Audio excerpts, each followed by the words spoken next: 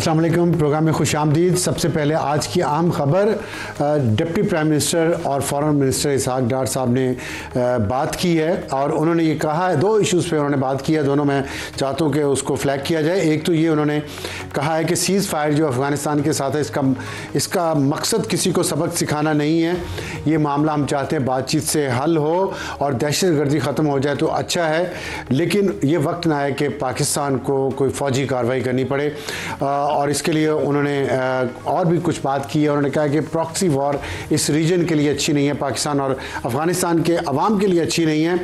और ये भी कहा है कि तालिबान को जो अपने अंदर क्रैकडाउन करना चाहिए था दहशतगर्द ग्रुपों पे, क्योंकि सुना है कि दहशतगर्द ग्रुप्स की वहाँ पे अक़वाम मुत्तहिदा बन गई है, पूरी दुनिया के जो दहशतगर्द ग्रुप हैं उनको वहाँ पे रिफ्यूज मिला है, वहाँ पे वो रहते हैं और पूरी दुनिया में वो कार्रवाई करते हैं। अमेरिका में भी अब तो हो गई है, ताजिकिस्तान में हुई है, चीन के शहरी वहाँ मारती हैं और पाकिस्तान के अंदर तो मुसलसल हो रही है, जिसके बारे में पाकिस्तान के साथ उनके मामलात काफ़ी ख़राब हैं। और साथ एक और उससे भी ज़्यादा अहम बात जो मुझे लगती है वो ये उन्होंने कही कि पाकिस्तानियों के ऊपर जो वीज़ों पे पाबंदी लग रही है, सऊदी अरब और यूएई के वीज़ाज मुश्किल होते जा रहे हैं। बाकी ममालिक के तो पहले ही मुश्किल थे, लेकिन इन दो जगहों पे मुश्किल क्यों हो रहे हैं, उसकी वजह एक तो ये उन्होंने बताई है कि जो लोग वहाँ जाते हैं वो क्रिमिनल एक्टिविटीज़ में बहुत ज़्यादा इन्वॉल्व होते हैं और साथ सियासी अफरा तफरी और इंतशार जो पाकिस्तान में फैलाने के वो आदी हो चुके हैं, वहाँ जाके भी फैलाते हैं। और वहाँ पे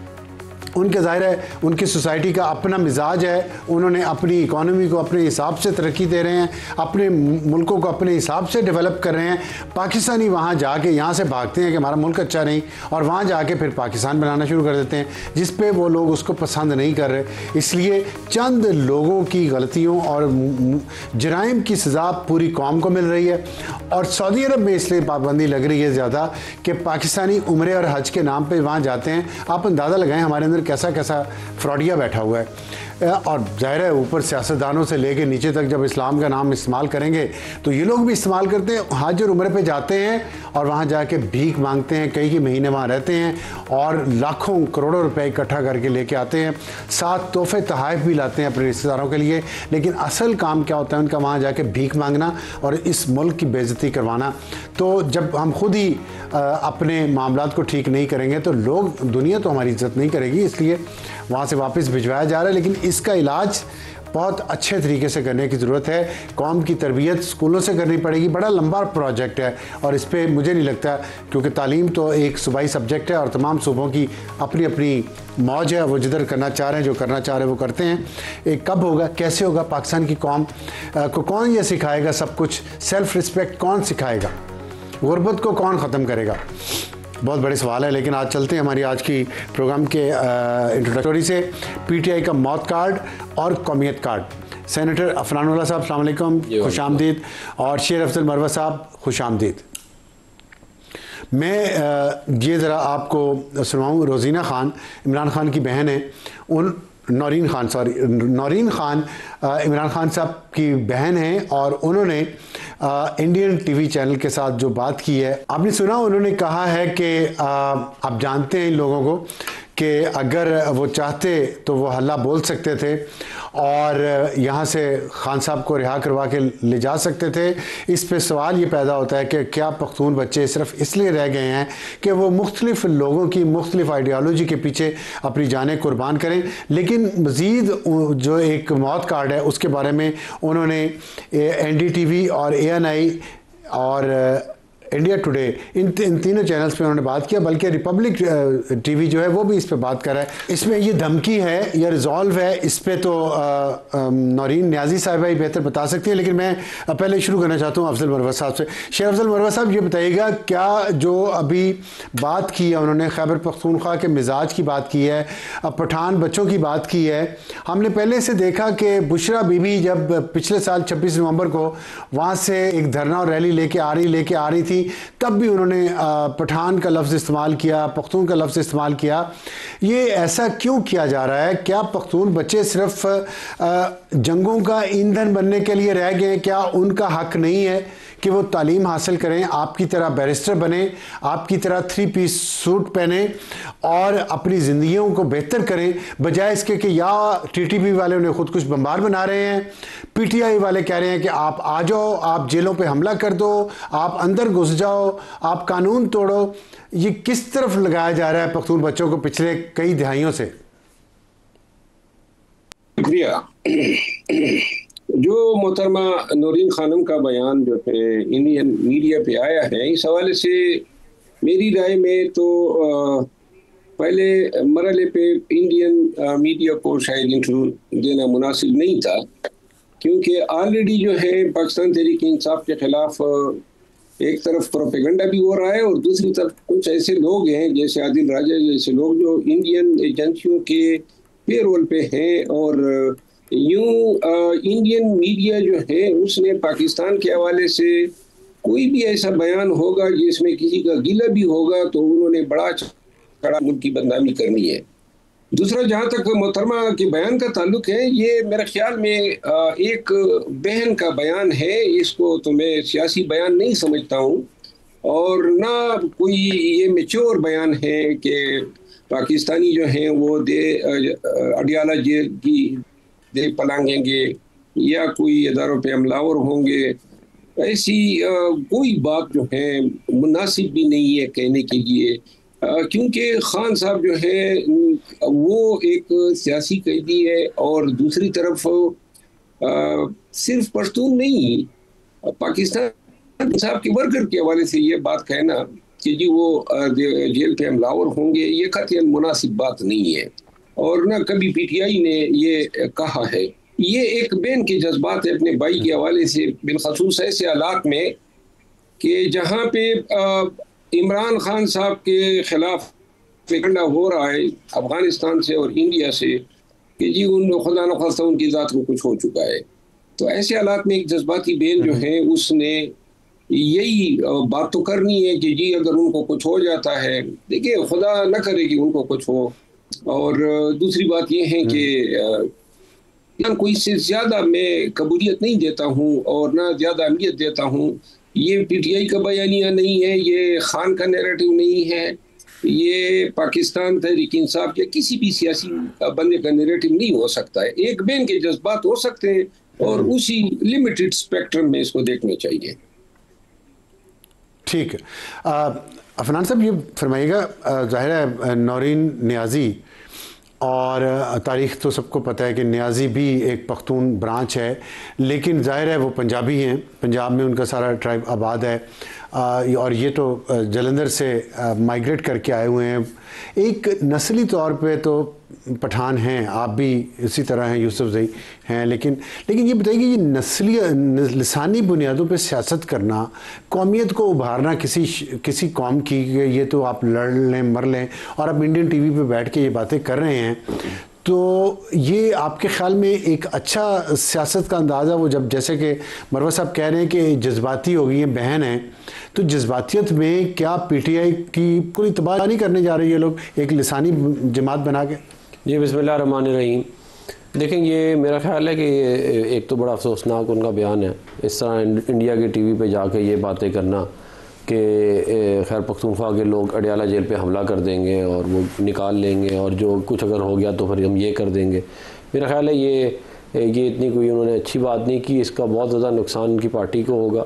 आप ये देखेंगे इनको सबसे ज़्यादा वोट इनकी पार्टी को पंजाब से पड़ा है, इनको बहुत सारा वोट सिंध से भी पड़ा है, मगर ये मुसलसल एक वो लसानियत का जो है मामला बार बार अपनी सियासत में लेके आते हैं जिसका इनको खुद नुकसान होता है और उसकी एविडेंस जो है वो ये है जो अभी आपके ज़मनी इंतखाबात हुए हैं।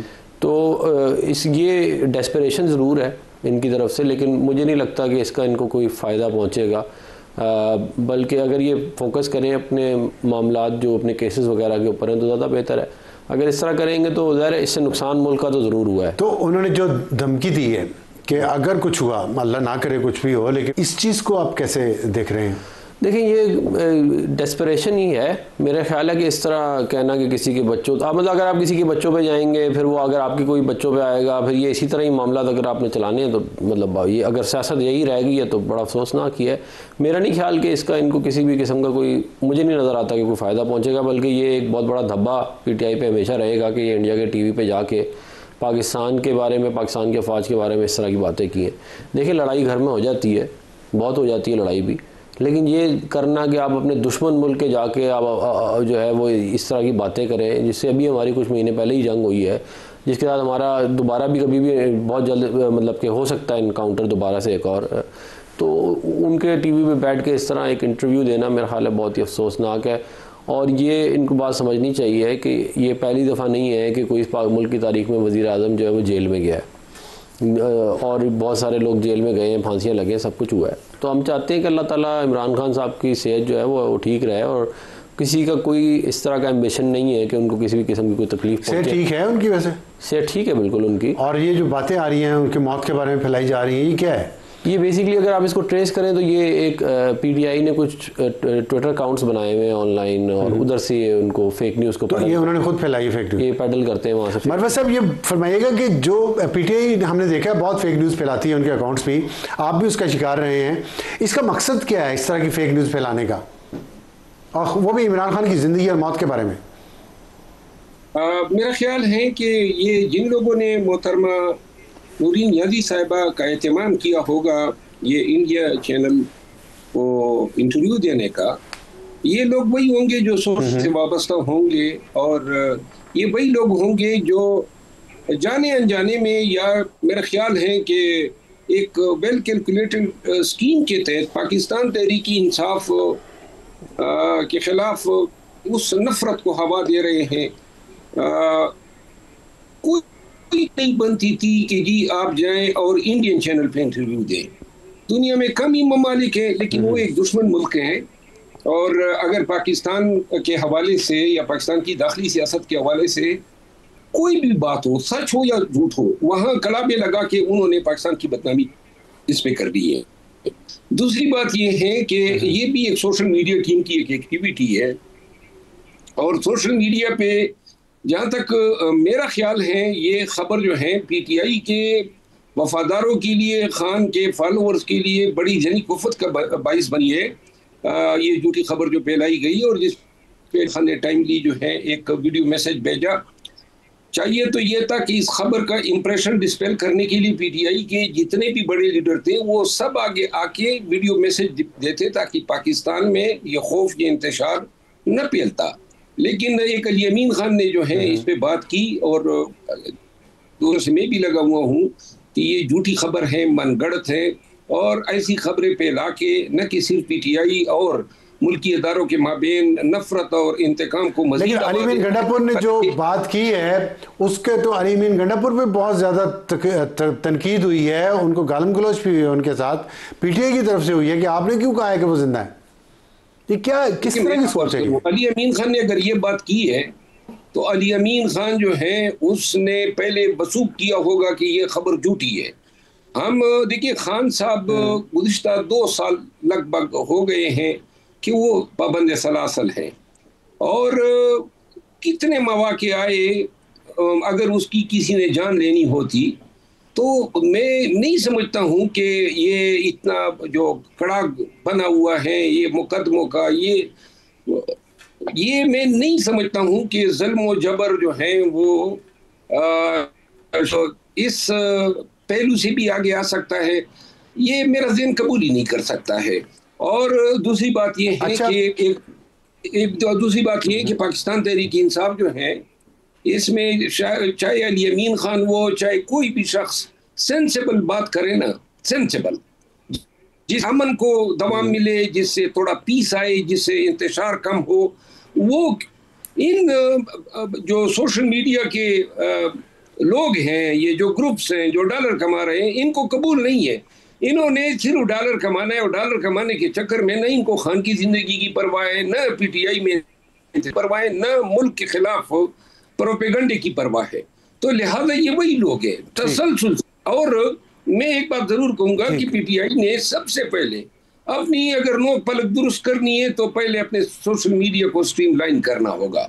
जब तक ये मीडिया ये पार्टी से कोसों आगे चल रही है, ये बयानियां देते हैं, ये पॉलिसियां बना रहे हैं और ये अब फैसले करवा रहे हैं, तो लिहाजा ये जिस नहज पे, जिस इख्तियार की कुर्सी पे बराजमान हो चुकी है, अब जब तक ये उनसे ले ली नहीं जाए और उनको पार्टी के फैसलों का पाबंद न किया जाए। शेख वकास साहब ने जो है, ठीक है, उसने इंटरव्यू में कह दिया है कि ये पीटीआई से इनका लेना देना नहीं है, पीटीआई के नाम पे फॉलोइंग, वीडियो, लाइक्स और ये डॉलर, बेसिकली ये इनकी पॉलिसी है। अच्छा, ये बताइएगा कि अभी आलिया हमजा जो पंजाब की सदर हैं पीटीआई की, उन्होंने मंगल को धरने का ऐलान किया है अडयाला जेल के बाहर, और उन्होंने कहा है कि जितने भी जीते हैं कौमी असम्बली और सूबाई असम्बली के मेंबरान या जो टिकट होल्डर्स थे और वो सारे अहदेदार दूसरे जो हैं वो खुद भी आएँ और 10-10 लोगों को भी लेके आएँ, और वहाँ तब तक हम धरना देंगे जब तक इमरान खान की से मुलाकात नहीं करवाई जाती। तो आप जाएंगे? मैं तो किसी के कहने पर नहीं जाऊंगा और न मेरा कोई इरादा है और ना मैं किसी एहतजाज में शमूलियत इख्तियार करूंगा। मैंने तो अल-ऐलान कहा हुआ है, मुझे तो इन्होंने पार्टी से निकाला हुआ है, हमारा कोई अब रिश्ता नहीं है, न कोई नाता और ताल्लुक है। ठीक है, तो खान साहब के साथ मेरी बात है। तो आप समझते हैं, मैं ये तो आपके ख्याल में ये जो मुजाहिरे का उन्होंने अनाउंस, हाँ, ये मुझे लगता है कि धरना कामयाब होगा, और दूसरा ये कि ये जो मौत की उनकी मौत कार्ड खेला जा रहा है और पठान कार्ड खेला जा रहा है, इससे आप समझते हैं कि वो उकसा लेंगे लोगों को कि आएँ और यहाँ पे आके कोई लॉ एंड ऑर्डर की सिचुएशन पैदा करें? देखिए, अगर मौत कार्ड कोई खेल रहा है तो उस दिन से क्यों नहीं डरता है और शर्म क्यों नहीं आती है कि दिनों की बात है कि खान से मुलाकात हो जाएगी, तो फिर क्या चेहरे दिखाएंगे। दूसरी बात यह है कि ये जो पहले भी ऐसे होता रहा, पहले भी चेहरे दिखाते रहे हैं, पहले भी चेहरे दिखाते रहे, बेशर्म है। दूसरी बात यह है कि ये जो आलिया हमजा साहिबा ने कॉल दिए ना, ये कॉल जो है ये अडयाला जेल पे कॉल, और वो भी मरकजी लीडरशिप के लिए, मेरे ख्याल है उसके डोमेन में फॉल नहीं करती है। ये पार्टी का एलामिया होना चाहिए और पार्टी की ना हैसियत है, ना पार्टी ने कोई धरने देने हैं और न ये धरना होगा, और ना मतलब ये है उस दिन पार्लिमानी पार्टी में बड़ी लेते हुई बड़े झगड़े हो गए जब चीफ मिनिस्टर केपी ने पार्लियामेंटेरियन के लिए कुछ हल्के अल्फाज इस्तेमाल किए, और जिस पे तमाम मैंने सीख पाते उन्होंने कहा था जी कि हर एक सेनेटर एमपी एमएनए पहुंचे, नहीं पहुंचे तो शेम वाल पे जो है वो उनकी पिक्चर्स लगाएंगे। ये इस तरह नहीं है कि हर एक जो है वो कहे कि फला पहुंच जाए, जैसे कोई 8वीं क्लास के बच्चे। अफनान साहब, आखिर में मुझे सिर्फ ये बता दें कि अगर ये जो धरना हो रहा है मंगल को, इससे निपटने के लिए हुकूमत की क्या पॉलिसी है? क्योंकि अब जिस तरह वो मौत कार्ड खेल रहे हैं और कौमियत कार्ड भी खेल रहे हैं, तो आप समझते हैं कि ये डेस्परेट एफर्ट है उनकी और लोगों को निकालने के लिए लोग नहीं निकाल पा रहे? वो देखिए, डेस्परेट तो एफर्ट है, इसमें तो कोई शक नहीं है। आप देखें ना, ज़मनी इंतखाबात के अंदर इन्होंने ख़ुद टीवी पे बैठ के कहा कि हम लाहौर में और हरीपुर में मुकाबला कर रहे हैं, हालांकि बाकी जगहों पे भी कर रहे थे, और उसके बाद जो रिज़ल्ट इनका आया, इसका तो मतलब ये है कि इनको आवाम ने बुरी तरह मुस्तरद कर दिया। मंगल को अगर आ गए लोग तो नहीं, मंगल को थोड़े से तो लोग मतलब इतनी बड़ी पार्टी थोड़े से लोग तो जमा कर ही लेगी, उसमें तो कोई बड़ी बात नहीं है, लेकिन उससे कोई ग्राउंड पे जो रियलिटीज़ हैं वो तब्दील मुझे नहीं होती हुई नज़र आ रही। ठीक, ये ज़रूर हो सकता है कि वहाँ पे थोड़ा शोर शराबा करें। मेरा ये ख्याल है कि इनको चाहिए ये कि ये अपने कंडक्ट को रिव्यू करें। ये जो मसला है ये मुलाकात का नहीं है, ये मसला ये है कि ये मुसलसल इंतशार फैला रहे हैं। अभी ये शेर अब्दुल बरवा साहब ने भी वाली बात की कि मुसलसल इंतशार, ये हर काम वही करते हैं जिससे इंतशार फैले। ठीक, तो ये उसके ऊपर करें। हम ये एक न्यूक्लियर पावर हैं, हम इस तरह अफोर्ड नहीं कर सकते कि हर आए दिन जो है वो इस्लामाबाद के ऊपर चढ़ाई हो जाए एक सूबे की तरफ से और वो कहें हमारी बात मानो, यहाँ अडयाला पे हमला कर देंगे, यहाँ पता नहीं पिंडी पे हमला कर देंगे। ये जो है ये कोई अच्छी चीज़ नहीं है और ये इस तरह चल भी नहीं सकती। बहुत शुक्रिया सेनेटर अफनानुल्लाह साहब और शेर अफजल मरवा साहब। वक्त के बाद वापस आएंगे तो हमारा आज का हॉट इशू, क्या पीटीआई की मकबूलियत वाकई कम हो गई है? और प्रोग्राम में दोबारा खुशामदीद। हॉट इशू, क्या पीटीआई की मकबूलियत कम हो गई है? हमें ज्वाइन करेंगे बैरिस्टर उमैर नियाजी साहब लाहौर से, रहनुमा हैं पाकिस्तान तहरीक इंसाफ के। उमैर साहब, अस्सलाम वालेकुम। वालेकुम सलाम सर। मंगल को आपकी जो पंजाब की सदर आलिया हमजा, उन्होंने कॉल दी है पीटीआई के तमाम एमएनएस को, एमपीएस को और जो टिकट होल्डर्स थे उनके अहदेदारों को, और कहा है कि आप सब लोग 10-10 लोग लेके अडियाला के बाहर आएँ। साथ हमने देखा कि नौरीन खान न्याजी जो इमरान खान की बहन है, वो ANI जो इंडिया की है, India today, Republic TV India का, NDTV, अब तक इन तमाम टीवी चैनल्स को और न्यूज़ एजेंसीज को वो उनकी स्टेटमेंट्स चला रहे हैं जिसमें वो लसानी कार्ड खेल रही हैं, पठान कार्ड खेल रही हैं और कह रही कि पठान जो हैं उनको आप लोग जानते नहीं हैं, वो आएंगे तो वो जेलें तोड़ देंगे और खान को रिहा करवा देंगे जब वो चाहें। तो और दूसरा उन्होंने मौत की बात भी की है। ये किस तरह की ज़ुबान पीटीआई इस्तेमाल करना शुरू हो गई है? क्या अब आप लोगों को निकालने पे इतना नाकाम हो चुके हैं कि इस तरह की ज़ुबान इस्तेमाल करने पे आ गए हैं? अच्छा देखें, आप दो चीज़ों की तरफ पिन पॉइंट कर रहे हैं। एक तो एंगल है कि क्या एज ए पाकिस्तानी हमें इंडियन चैनल्स को इंटरव्यू देना चाहिए कि नहीं देना चाहिए, और दूसरा आप कंटेंट के हवाले से बात कर रहे हैं। कंटेंट जो है, पहली वाली बात मैंने की ही नहीं है, वो तो आप बताएं। जितने पठान बैठे थे वो इन सबको ठीक कर देते, क्या मतलब है इसका? अच्छा, अब ये वो बात कर रही हैं CM KPK के कॉन्टेक्स्ट में कि देखें CM KPK का ये 8वां विजिट था अडियाला जेल का, और as a CM head of a province क्या उसको सूट करता था कि वो 8वीं दफ़ा आया? वो मीनिंग देयर बाय कि वो अपनी तमाम ऑप्शन एग्जॉस्ट कर रहा है। वो बार बार कार्ड तो खेला जा रहा है, अडियाला के बाहर बैठ रहा है। नहीं, कौमियत कार्ड होता तो वो नहीं, पंजौथा वही होता है, पंजाबी है, आप पंजाबी आप होते हैं और बहुत सारे पंजाबी वहाँ होते हैं। और कराची में वो आपके लीडर हैं, वो वहाँ एहतजाज कर रहे थे। सिर्फ आप पीटीआई को एक पख्तून जमात बनाना चाह रहे हैं तो उसका बता दें। नहीं, वही तो मैं कह रहा हूँ, अगर वो उसने कार्ड प्ले करना होता तो वो 8 दफ़ा अडियाला आने की तरद्दुद ना करता। वो पहले दिन ही क्या करता कि ठीक है, आपने पहली दफ़ा मुलाकात करने नहीं दी, मैंने वज़ीर आज़म से भी बात की, फिर भी मेरी दाद रसी नहीं हुई, मैं हाई कोर्ट गया, फिर भी दाद रसी नहीं हुई, तो मैं आपकी रोडें बंद कर देता हूँ। वो इस तरह का अमल कर देता तो फिर आप उसको किस तरह से कहते?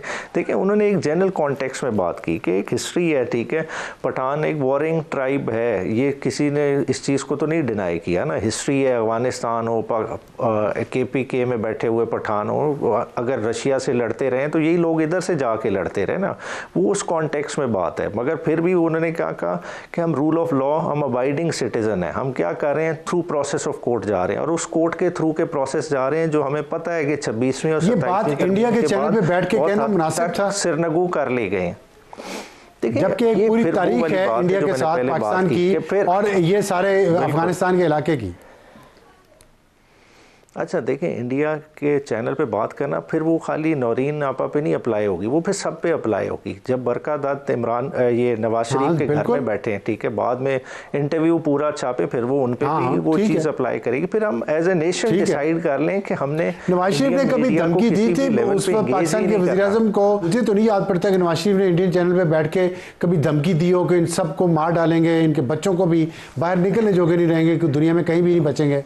देखें, नवाज शरीफ ने धमकी नहीं दी, नवाज शरीफ ने करके दिखाया। उसने पूरा तैयारा अगवा किया था, उसमें आपकी फौज का ही सपा सलार बैठा था, कोई इंडियन फौज का सपा सलार बैठा था। आपने मुझे हंसा दिया, आपके पास पूरा केस फाइल मौजूद है। नहीं, ये हंसने की बात नहीं है। कल को आप इन्हीं इमरान खान वाली बातों पर भी जब दौर गुजर जाएगा हंस के ही दिखाएंगे। देखें, नहीं, ये छोड़ने की बात नहीं है। देखें, ये एक हकीकत है, चीज़ों को लेकर आप जस्टिफाई कर रहे हैं। उन्होंने जो कुछ कहा है इंडियन टीवी चैनल पे आप जस्टिफाई कर रहे हैं। नहीं, आप देखें, नरेंद्र मोदी जिनके घर से होके चला जाए, ठीक है, आप उसको नहीं कुछ उस तरह से देख रहे। जिंदाल मरी में जिधर जाके जिन्हें मिल ले वो कुछ नहीं है, खाली एक इंटरव्यू वो चुभ रहा है। बात है एक एज ए नेशन डिसाइड कर लें कि इंडिया हमारी दुश्मन कौम, हम इंडिया को अगर दुश्मन समझते हैं, हम उसको डिप्लोमेटिक फ्रंट पे भी दुश्मन डिक्लेयर करें और हर तरह से उसका बाइकआउट करें, फिर सारे उस बाइकआउट को फॉलो करेंगे। मेरी बात सुने, या कोई भी एक देखें उमैर साहब, दोनों चीज़ें एक जैसी कैसे हो सकती है? एक इंटरव्यू में या बात करने में धमकियां दी जा रही है जान से मारने की, पठान कार्ड खेला जा रहा है इंडिया के चैनल पे बैठ के पंजाब या पाकिस्तान के खिलाफ। दूसरी तरफ है कि एक मुलाकात हुई है, 2 वज़ीर आज़म थे, उनके दरमियान मुलाकात हुई है, एक वज़ीर आज़म ने एक बिजनेसमैन से मुलाकात की इंडिया के, उसमें कोई धमकी, कोई साजिश, कोई कार्ड खेला है, ऐसी दोनों को कंपैरिजन आप कैसे कर रहे हैं दोनों का?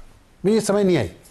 नहीं, कंपैरिजन क्यों नहीं हो रहा? देखें, हम तो समझते हैं कि उस वक्त कश्मीर कॉज को बेचा गया, कश्मीर कॉज पे उस तरह से स्टैंड ही नहीं लिया गया। जो हालात हुए, कश्मीर आज जिस सूरत में पहुंचा है उसमें उन ताल्लुकात का बहुत ज़्यादा हाथ है। देखें, आपने देखें वो कहते हैं क्यों, किस तरह मुस्लिम लीग वाले कहते हैं आपने कश्मीर भेज दिया मोदी को। ये रेफरेंडम करवाया था ना जनरल परवेज मुशर्रफ ने, और खान साहब वहाँ उसके वो क्या होता है एजेंट, पोलिंग एजेंट, हाँ पोलिंग एजेंट थे, तो उन्होंने करवाया था। रेफरेंडम तो कारगिल तक नहीं जाए तो अच्छा, मेरा ख्याल है मौजूदा हालात भी की कि बिल्कुल, देखें उस पे माजरत भी कर ली गई। बात है डिक्टेटर का जो भी साथ देगा और देता रहेगा।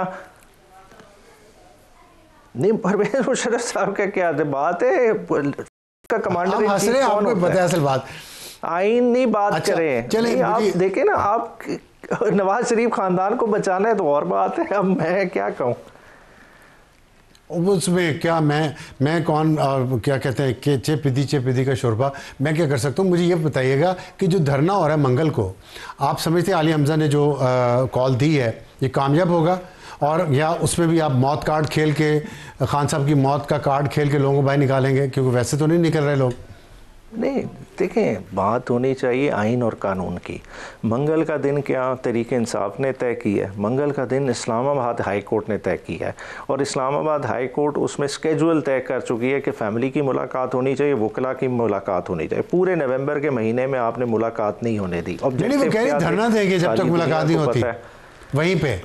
देखें, धरना और सब लोग धरना क्यों नहीं देना चाहिए? चलें ये बताएं कि खान साहब को डिनाई मुलाकात क्यों की जा रही है? खान साहब से मुलाकात इतनी क्यों इस वक्त जो है ना रोकनी ज़रूरी हो गई है कि कोई शख्स को उनके हालात के बारे में, उनके सेहत के बारे में आगाही ना हो? हम इतना सख्त रवैया इमरान खान के बारे में क्यों रख के बैठे हैं? हम क्यों चाह रहे हैं कि इमरान खान को आइसोलेशन के फेज़ में लेके जाएं? कौन क्यों इस मुल्क में चाह रहा है कि चेमागोइयाँ हो इमरान खान के हवाले से और फर्दर हालात ख़राब हो? ये तो देखें, हम सब के देखने वाले हैं, ये सिर्फ तहरीक इंसाफ की बात नहीं है। एज ए नेशन हमें सोचना चाहिए, क्या इमरान खान इतना डिस्पेंसिबल हो गया है कि आप उसे नज़र बंद कर लेंगे और लोग खामोश होकर बैठ जाएंगे? बहुत शुक्रिया बैरिस्टर साजिद साहब हमसे बात करने का। आज के लिए इतना ही।